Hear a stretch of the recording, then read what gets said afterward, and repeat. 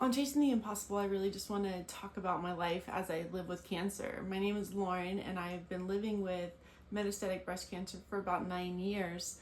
And I'm approaching the 10-year mark, which is this impossible milestone that was never something that someone could even tell me would be possible in my future. And so now that as I'm approaching it, I want to document the experience of cancer along the way, the experience of my life, because I have no idea what will come in the next year, in this 10th year living with cancer. And so I think it's important just to grasp it along the way. And this weekend I was at my daughter's homecoming football game. It was classic Americana with a parade downtown, and the streets were packed with children playing. And then we went to the football game, and there wasn't a seat to be had, and the sun was setting behind the mountains, and it was beautiful, and it was just this perfect small town, yet not too small, moment for my children to experience.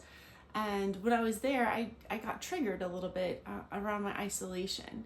And isolation is just such a part of the cancer experience. It's just woven into every moment, it feels like.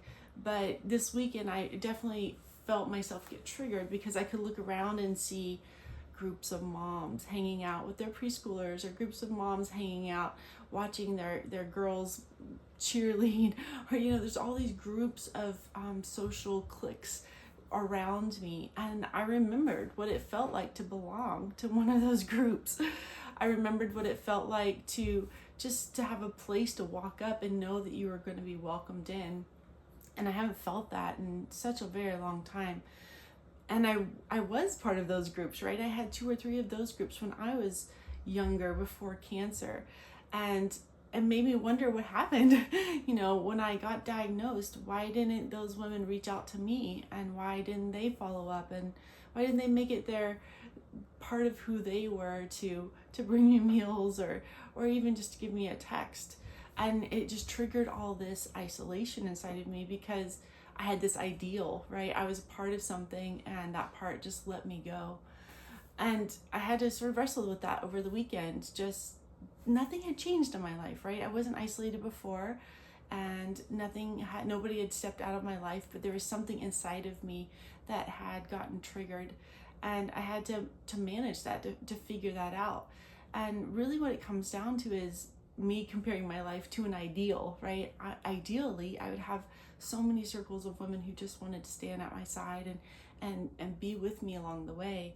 And that's just not how it happens. People don't text you to check on you. People don't know how to respond when you have a diagnosis like this.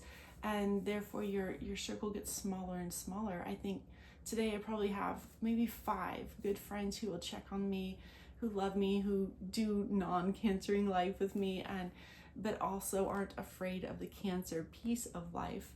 And what I had to do over the weekend is just remember that that's enough, that I have a husband who loves me, who stands by me, who will walk through this with me every step of the way. I have 5 friends who will do the same, who would show up for me.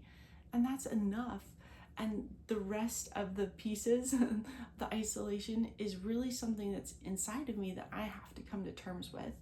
That my life isn't living up to the ideal that I had in my relationships, but it's not bad either.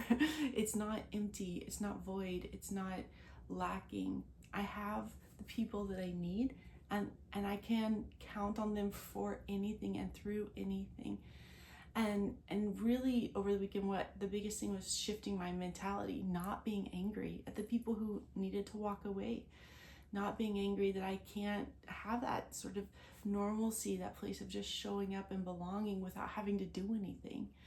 And also just realizing that if I did show up in a group like that, I wouldn't feel like I really belonged. Like, I'm not going to be able to just relax into this rhythm of worrying about what my kids are going to wear to the dance the next day, right? Like, this isn't the worries, this isn't the rhythm, these aren't the values of my life anymore.